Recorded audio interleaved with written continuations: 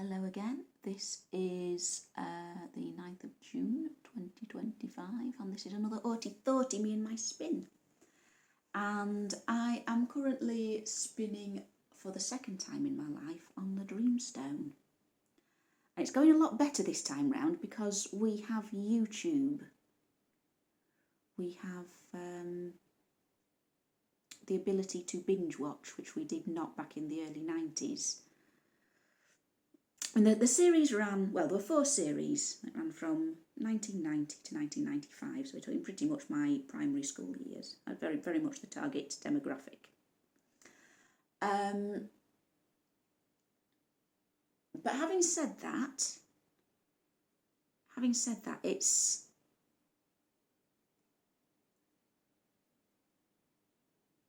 a particular kind of children's show that I don't really think exists anymore. We've got all the ingredients of a very detailed fantasy world, really. We've got the cute little fluffy peasants and the magic hippies in the forest and the surprisingly useless good wizard whose only real purpose is exposition. The evil overlord and his potato-based minions, and a bonus mad scientist. More on that story later. And it develops over the series. It's this kind of formula that you used to get a lot with these sort of fantasy adventure cartoons. There's a first episode, in this case it's a 2-parter, as they often were, and then each following episode is some sort of variation or development on that theme.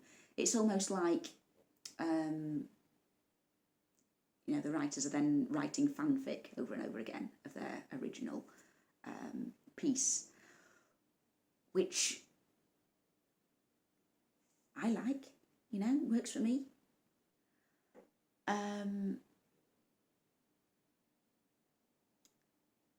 But as well with any kind of TV series of that period, before binge watching was a thing, before you could get a DVD box set or watch episode after episode on YouTube or anything, you don't really get a lot of continuity. You'll see a room in one episode and then it'll appear again in another episode and look completely different. Because the idea was that you would watch one episode a week and it was almost throwaway entertainment.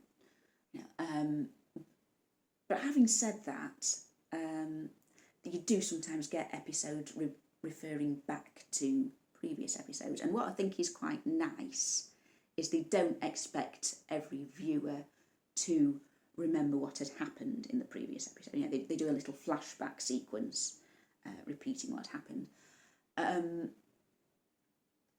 Which, I approve of that kind of thing. I strongly approve of that kind of thing. So what is the Dreamstone? What is the story of the Dreamstone? Okay, the first episode follows this little furry green sort of teddy bear rabbity creature called Rufus, and he is a noop. They have lovely onomatopoeic words. Noops are just cute little villagers who live in their little town, having a lovely time, very, very peacefully getting on with their jobs and things. And he decides he's lost a couple of jobs. He has a terrible problem with daydreaming. So his good friend Amberly suggests he goes to work for the Dreammaker, who's a sort of wizardy dude. And the Dreammaker's job is to send out dreams every night to the people, well, I say people, the noops, let's say, of the planet. Far away on the other side of the planet is the land of nightmares. A great big mountain named Viltheed, with caverns inside, and the entrance to the cavern looks like a great big open mouth. That looks very ominous. We don't like that great big open dragony mouth. Don't go in there. And here lives the loathsome Zordrak, who's a big purple dragon with big tusks on his face and a big purple cloak, and he sits on his enormous stone throne surrounded by Argoribles. And Argoribles are little nightmare monsters. They're like, they look like little pink ghosts, and they zoom around the planet giving people nightmares. But the Dreamstone protects the Noops from the Argoribles most of the time. So, Zordrak has an army of henchmen.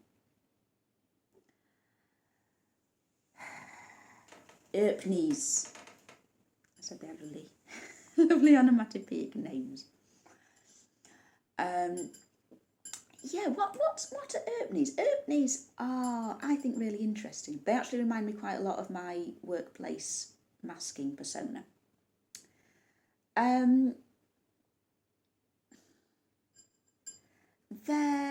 At first glance, their role is to be an army of, this kind of archetypal henchmen. I believe the industry word is mook.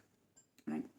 There's just an infinite number of them. They have no backstory. They have no family. No real reason to live except to briefly delay the hero on their quest. Right? They look vaguely humanoid with a few dinosaur-y type features. Like they've got long spiky tails and a big snout and purple spots. But by and large, they're sort of little dumpy people. I actually quite like their tails. I think they're really expressive. Sort of want one myself, actually. Then it gives you a sort of nice swish, like having a little bustle on your dress. I think there's always this problem I find though, whenever someone's trying to dress a character who has a tail. How are we going to attach the tail to the trousers? And sometimes they have a bit of a sleeve for the tail, or the what the Erpnes do is they just have a little tail hole cut around it. It always just looks a bit precarious, You think if they sit down wrong, you'll flash a bit of bumhole. I don't really want to look at bumholes.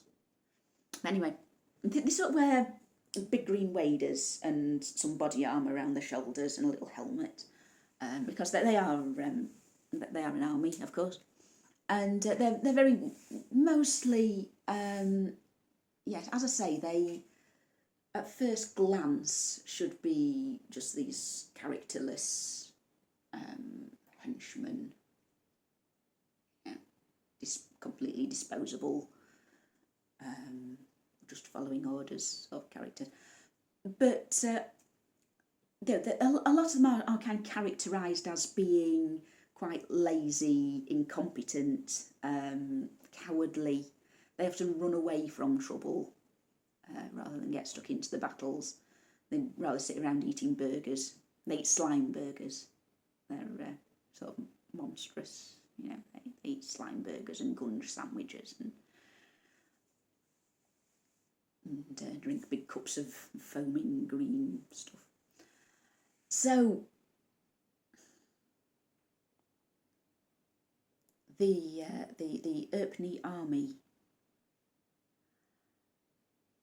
are sent in what they call a whirliped, which is just a little flying machine that looks like a chicken. Okay, why not? And the Erpnes that are selected because they weren't quick enough out of the room are these two little characters. They're called Fizz and Nug. They all have names like that. They're all called Block and Plop and Splot and whatever. And Fizz and Nug, they actually appear in every episode. They're not just interchangeable henchmen, they are very strongly characterised. I mean, they're both complainers. They're both constantly mithering on about, oh, my feet hurt, oh, I want my sandwich, when are we going back for dinner, oh, I'm not doing that. And Fizz in particular is very cynical and sometimes a bit rebellious. You know, you see several episodes in which he's saying straight up, I'm not doing that. No. Nug's just a little bit more wimpy. Sometimes actually is influenced by Fizz. Anyway, they have a sergeant, Sergeant Blob. Blob has been put in charge of the mission to get the Dreamstone. Okay. The magical Dreamstone. Because it is defending the land of dreams where the Noops live. The Noops are being defended by the Dreamstone. So the Argorables can't come and disturb their sleep. And Zordrak wants to rule everybody's REM state. So off they go to steal the Dreamstone.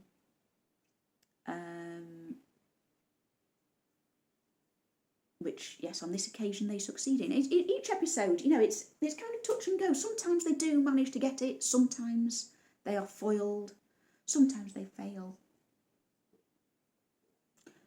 In each the basic premise of each episode is that Sergeant Blob and Fizz and Nug are all sent to get the Dreamstone.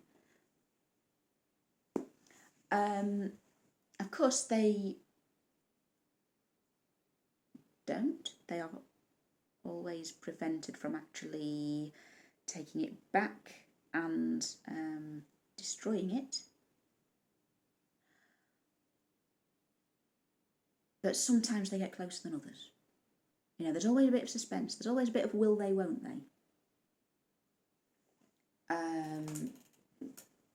Towards the end of the episode, you know.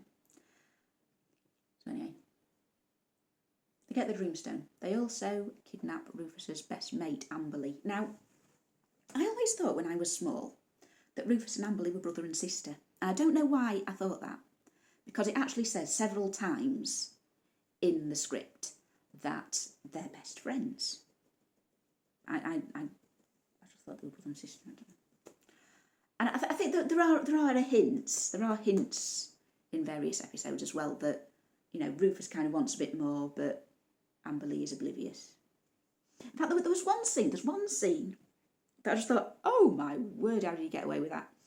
Where they are staying over in the Dreammaker's tower, and the Dreammaker says, right, this is your room, this is your room. Here's some camp beds, and Rufus is trying to persuade Amberly to let him come in and help her put up the camp bed, and she's saying, no, I can do it myself. Oh, come on, I'm very good at putting up camp bed. And they have a bit of an argument about it, and then she sort of ended him, you know, having the door slammed in his face, and he's going, oh, yeah, wow. Am I just reading too much into that, you know, as an adult looking back, or? Ooh. Wow. Anyway, whilst attempting to get the Dreamstone, the Erpneys also accidentally kidnap Amberly.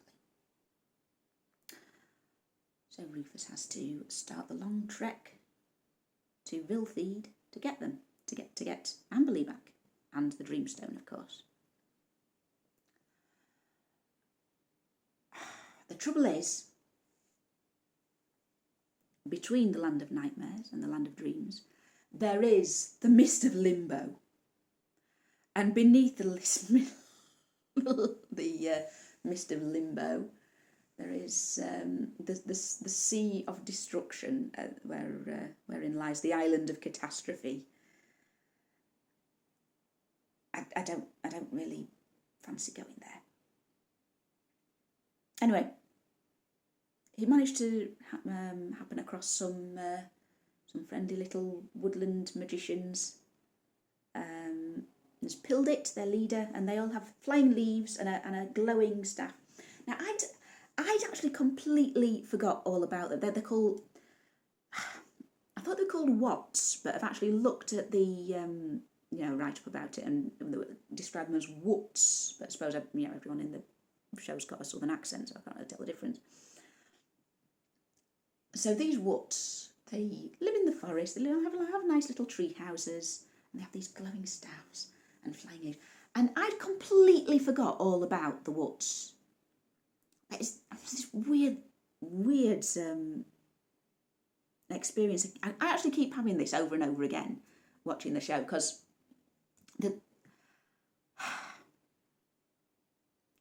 I remembered it, but not that well. Right, I could picture there were several scenes that were very clear in my mind.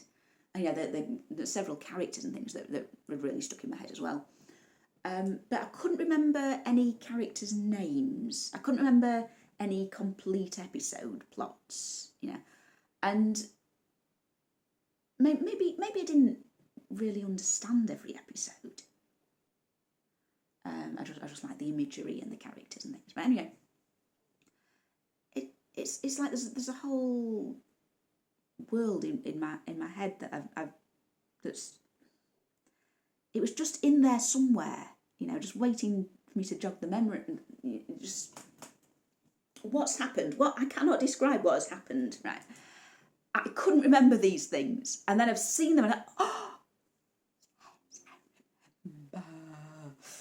yes, I loved all these characters. Yes, that was your name.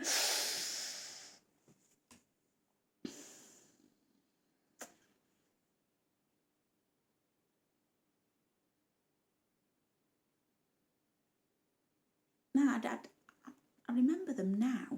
Now I've seen them, I remember them.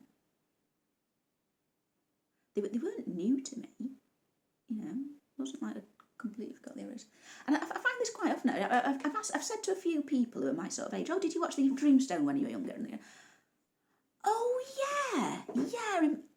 I'm sure I've seen that. Was there like a monster or something? Did they have like a flame machine or something like that? Well, like they can remember it, but not well. I think it hasn't been repeated. It hasn't become a major part of popular culture. It doesn't have a big cult following or anything. But it is something that, has stuck in a lot of people's minds.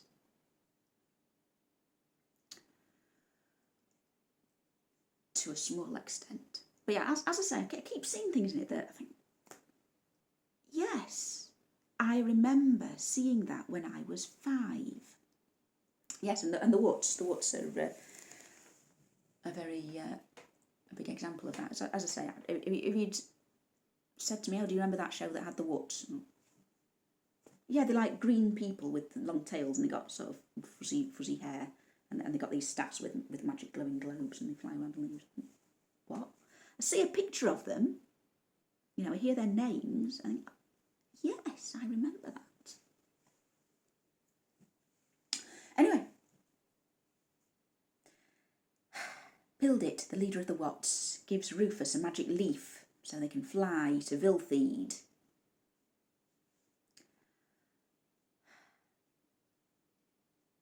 Whereupon, they manage to release Amberley, find the Dreamstone, and return. Okay, there's a bit of fighting, there's a bit of throwing rocks around and things. But yes, they do manage to return, and all is well. Now, as I say, there is also a mad scientist. Okay, his name's Erbgor. He is... I have very mixed feelings about Erbgor. I have complex feelings, let's say, but he is my favourite. Does that make sense? He's not like my favourite as in I would like to invite him round for tea, I want to be his best mate. He's the one I kind of find most interesting to kind of speculate about and to think about. I think when I was small, I liked Erbgor because he sort of jumps about making silly noises, and he says things that I really wanted to say very often but wasn't allowed to, like, "I'm surrounded by blithering imbeciles. Nobody appreciates my genius. Right.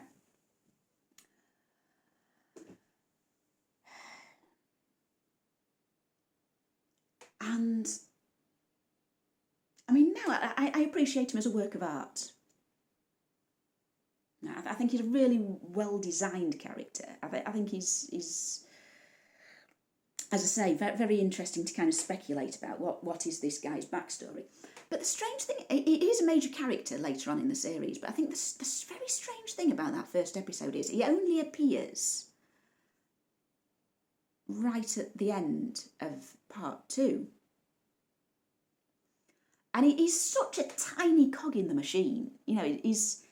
The Hermes are running to the whirly ped to fight off, to apprehend Rufus as he escapes with the Dreamstone.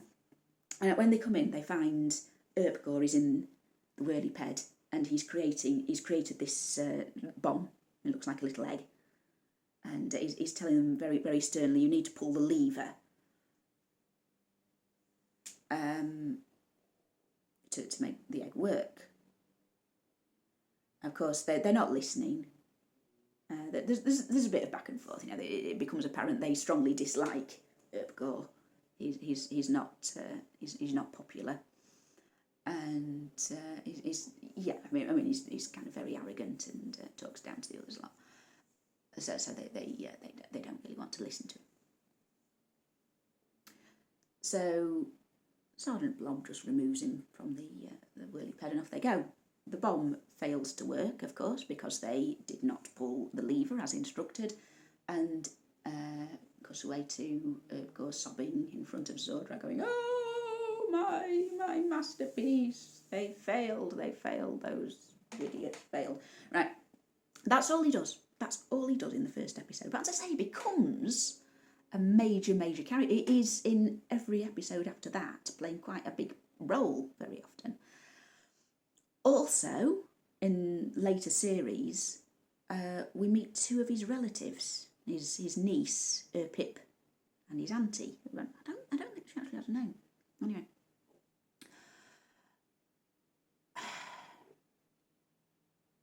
So it's a bit of a conundrum, you know. Was he just a one-joke character originally? And then the writers thought, oh, actually, we quite like this guy. Let's use him again. Let's make him a big character. But there's something we can do with this particular person. Or, you know, was he planned to be, you know, a major player in the episodes, but you know, in the opening story, there wasn't really a role for him, so they just sort of had to shoehorn him in somewhere to introduce him. He's not mentioned in the introduction. You know, there's a preamble to every episode, where it describes the setup. This is the land of nightmares. This is Zordrak. He's really spooky, and this is the land of dreams, and it's nice. And so, that's not a direct quote.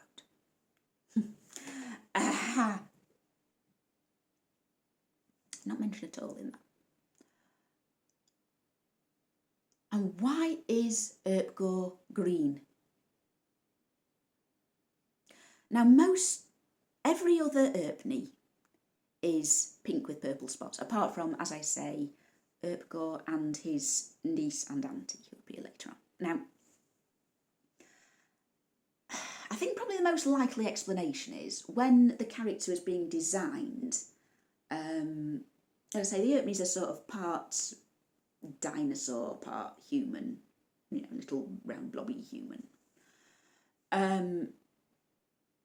Maybe when the character was being designed, they thought, well, we'll colour him green, sort of emphasise his reptilian qualities, you know, make him look a bit creepy and spooky and not very trustworthy, while the Erpneys are a bit more cuddly.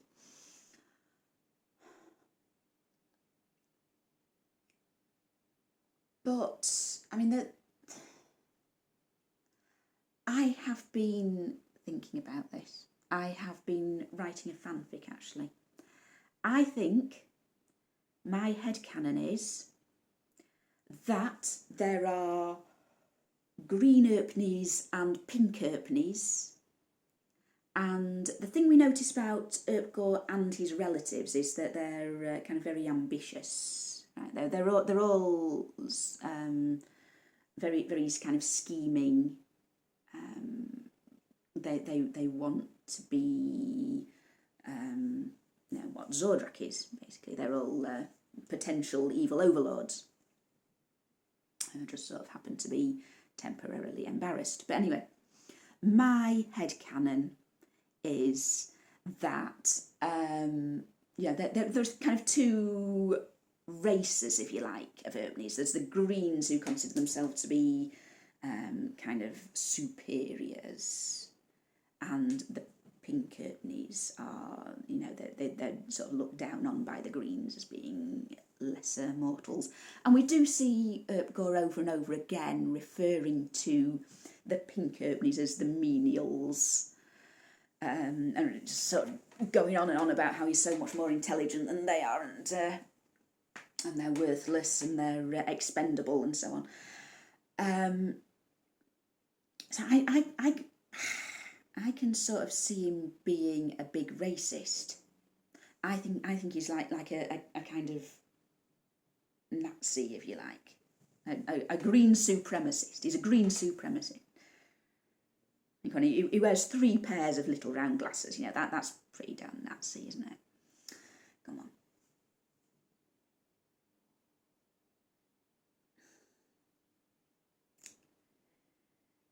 So he's a very very interesting character. Not a pleasant character at all. Not in any way a pleasant character, but a very interesting character. And for that reason, he's still, after all these years, my fave. And another thing, he's one of the ones who develops most over time as well. I say in the first episode, he's just sort of he's very one-dimensional. He's sort of rubbing his hands together, cackling, going ha ha ha, death and destruction. This is my masterpiece. And then towards the end, he's talking about how he's a sensitive intellectual, that nobody understands him and so on. And as I say, we do meet his relative. We see different sides to him. And there is an episode where Zordrak transforms himself into, his soul turns into a mist and flies away to get the Dreamstone, and his body remains as a stone statue, and that will crumble away if his soul doesn't return by morning. And Erpgor's sort of prancing around thinking, hooray, we're going to have a fantastic time. I'm going to take his place as the leader. And I think that's something that is kind of interesting to bear in mind when watching other episodes as well, because he sometimes sort of seems quite servile towards Zordrak. And when you remember that the premise is that he actually wants to take over from Zordrak as the leader of the Erpnes, the ruler of Viltheed, the ruler of the Land of Nightmares. It kind of gives the impression that either the writers had a change of heart about him and thought, well, we can't really keep writing him in this manner, or is it that he's not playing the long game and to make himself indispensable? Interesting. Anyway, where was I?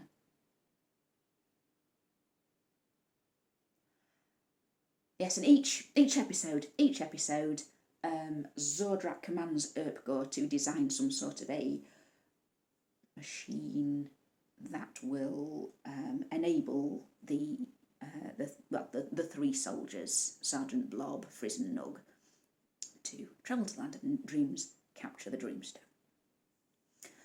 Sometimes they very nearly succeed, sometimes they do not. Right.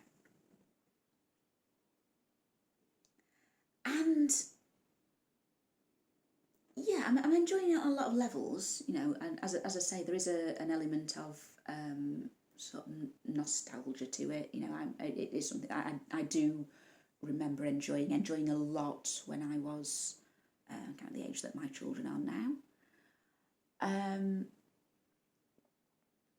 And you know, they're enjoying it as well. They're enjoying it first time round at face value, and yeah, that's really nice to see. I think there's something that we can share together and enjoy talking about together, and also that kind of the cleverness of it. It's, as I say, there's a lot of continuity errors in it and things, and it is it is a children's cartoon.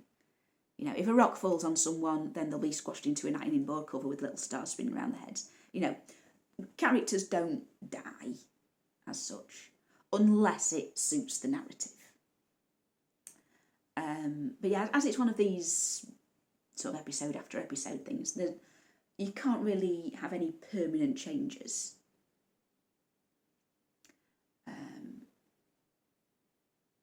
Yes, there is one scene where Rufus believes Pildit to be dead, so he decides he will.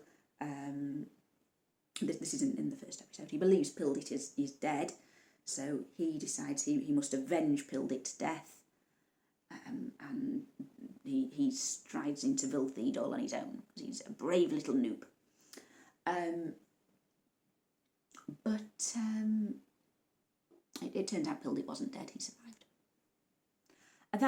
That kind of thing happens in it quite a lot. You know, you have to believe that these characters can possibly fail.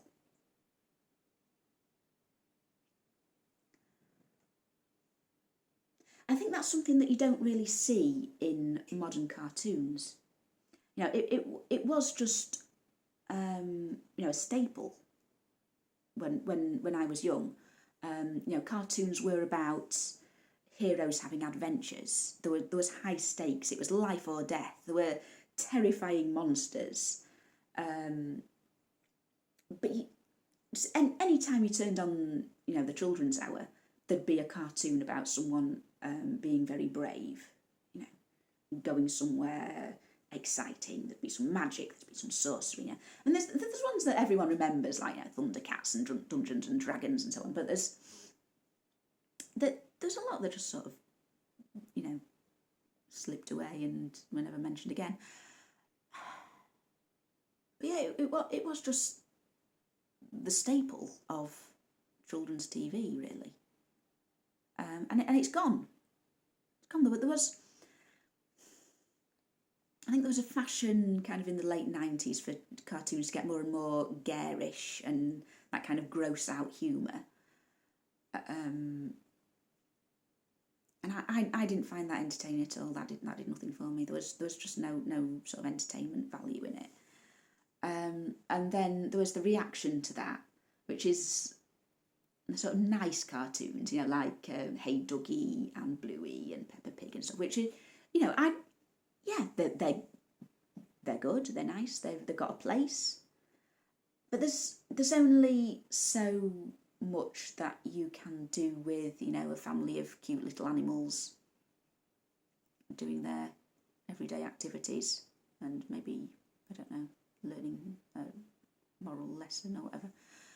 I think the adventure is missing. I mean, I bought my daughter Rainbow Bright. As I say, I'm on a bit of a mission at the moment to show them some proper cartoons. I bought Rainbow Bright for my daughter. I mean, that is a cartoon that is aimed squarely at very small girls. And it's really scary. You know, Rainbow Bright gets in some terrible predicaments.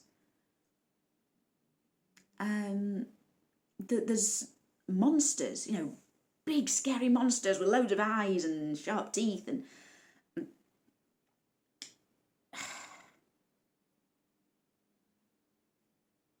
it's a cartoon for very small girls, but it's really high stakes. It's really adventurous. Rainbow Bright is really heroic.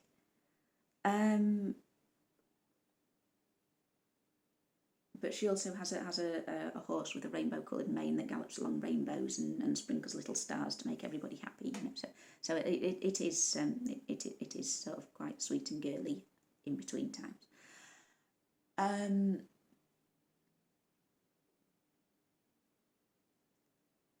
Yeah, there isn't anything. I wonder if this is why, you know, the Marvel films are so big at the moment, because there's just no kind of competition for them.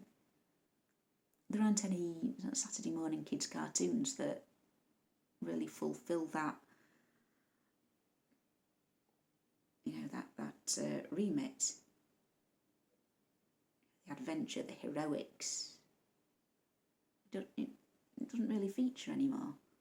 And I think that's quite sad. I think something's... God, I just sound so old, don't I? Oh, kids these days don't know what proper cartoons are. I really do miss it. I do. You have to go back in time and find, you know, sort of previous fandoms to really get that sense of, you know, getting a proper story, getting any kind of world building even.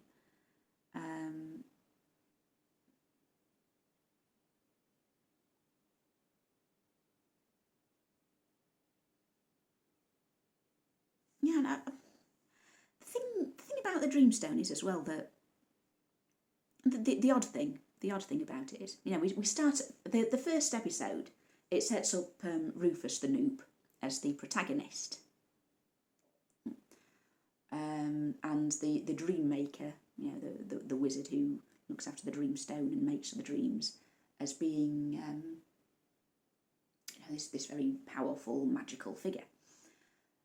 But as time goes on, we see more and more throughout the following episodes, more and more of the baddies. I think the thing is, the nice characters, the Noops and the Wots and the Dream Maker, they're all friends. They all want to be nice to each other. There's no kind of conflict there. You know, they're all helping each other. They have one goal and they can, you know, teamwork towards it. The baddies, they're more like more of a sitcom sort of setup with the baddies. You know, there's Urpgor and Sergeant Blob constantly sort of at each other's throats, and there's a rivalry there. There's big egos and agendas, and there's Zordrak, you know, the constant threat of Zordrak's punishments, and you know, Frizz and Nug arguing constantly. You know, I don't want to do this. I can't do this. I'm not doing that. You know, there's always that possibility that maybe one of them will just nope out. Yeah, I mean, okay, there's a possibility that Frizz will nope out anyway. It's very much the same feel of, as I say, like a sitcom. You know, people, these clashing personalities, stuck in some sort of horrible situation that none of them want to be in, just trying to make the best of it. You know, they've got some sort of mission on, and they're sort of constantly bickering between themselves. And I think that's a lot more interesting. It makes the characters a lot more interesting. It's kind of conflict within conflict. If the story was just, you know, they try and get the Dreamstone, maybe they nearly manage it sometimes but ultimately fail, it'd get boring after a while. But the baddies, they're constant, as I say, they're at each other's throats. They're constantly arguing. You know, they're trying to one-up each other. And it's funny. You know, it's really funny. And the humour as well is quite grown-up humour. You know, it's joking about people's egos. It's joking about people being arrogant. There's hubris there. And some of the characters are very erudite as well. And Sergeant Blob comes out with a lot of malapropisms that you think, again, it's something that you just don't get in children's cartoons anymore. And I love that it doesn't patronise the audience. yeah, there's a lot of bits of plot that don't really make sense and so on, but it's assuming that the audience has some kind of, you know, ability to follow dialogue as well, and to understand quite complex humour.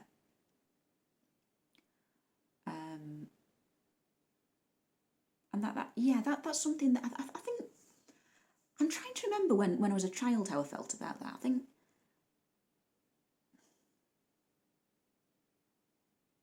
as I said, I do like shows that don't patronise me. I always have done.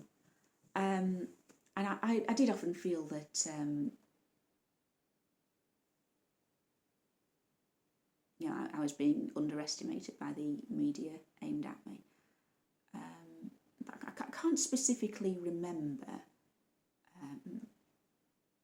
whether I could follow, you know, the more verbose characters, the more sort of complex jokes. I enjoy it now. I think it probably one of the things that makes me sort of find it really entertaining at face value now is that it's got this sort of quite wry humour to it. As I say, a very grown-up kind of humour, really. There is some sort of slapstick, people getting bonked on the head and things as well. But yeah, there's humour about personalities, humour about you know, people who are too big for their boots getting their comeuppance and things as well. Humour's about the, you know, the personality clashes, and yeah, I think that's really that's what makes it very, very watchable. You know, you can watch episode after episode of it because it is so clever. And also there's these lovely little whimsical touches to it as well. And this is something that you see more with the goodies, to be honest. I was saying now the baddies are so much more interesting, but yeah, with the Dreammaker often sends Rufus and Amberley out to collect something that they need to make the dreams, and on one they have to go out and get some glass bottles to put the dreams into. They can't use any old glass bottles, they have to use bottles that grow on a bottle tree. And then in another episode they find that there's these little creatures that live underground painting magical substance on the bottle tree roots so that they're suitable for dreams. And it's just little things like that just make you think, wow, you know, it's impressive. It's impressive imagination. And that's, as I say, some of the episodes do read like a fanfic, like, you know, like a very well made fanfic. Like what happens if we go to this planet that we've only just seen flying through the sky?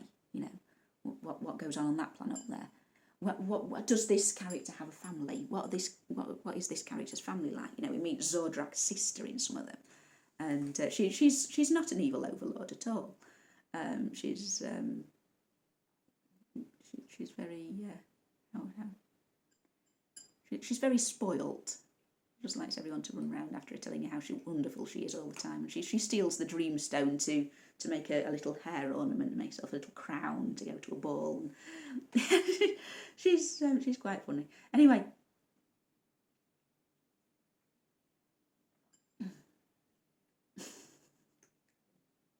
I like Zarek.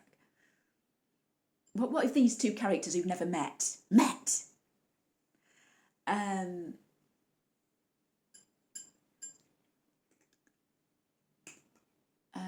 It's not just one mission after another, one flying machine after another. They really do explore the world and explore the characters fully, and could possibly have gone on doing that for another series, I think.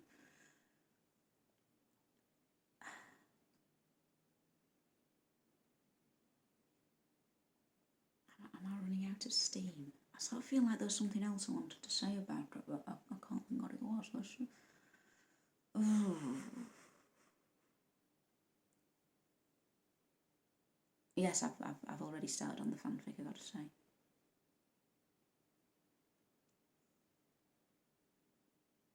Started on one of it. Erpgore has a secret wife. She's locked away. She's more of a supervillain than he is.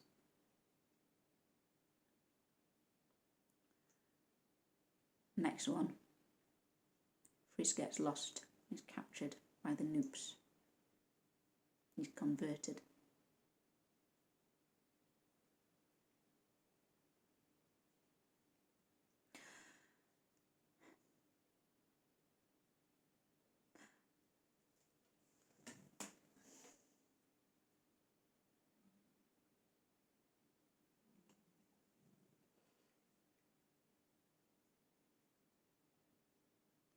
I'm going to leave it there. I'm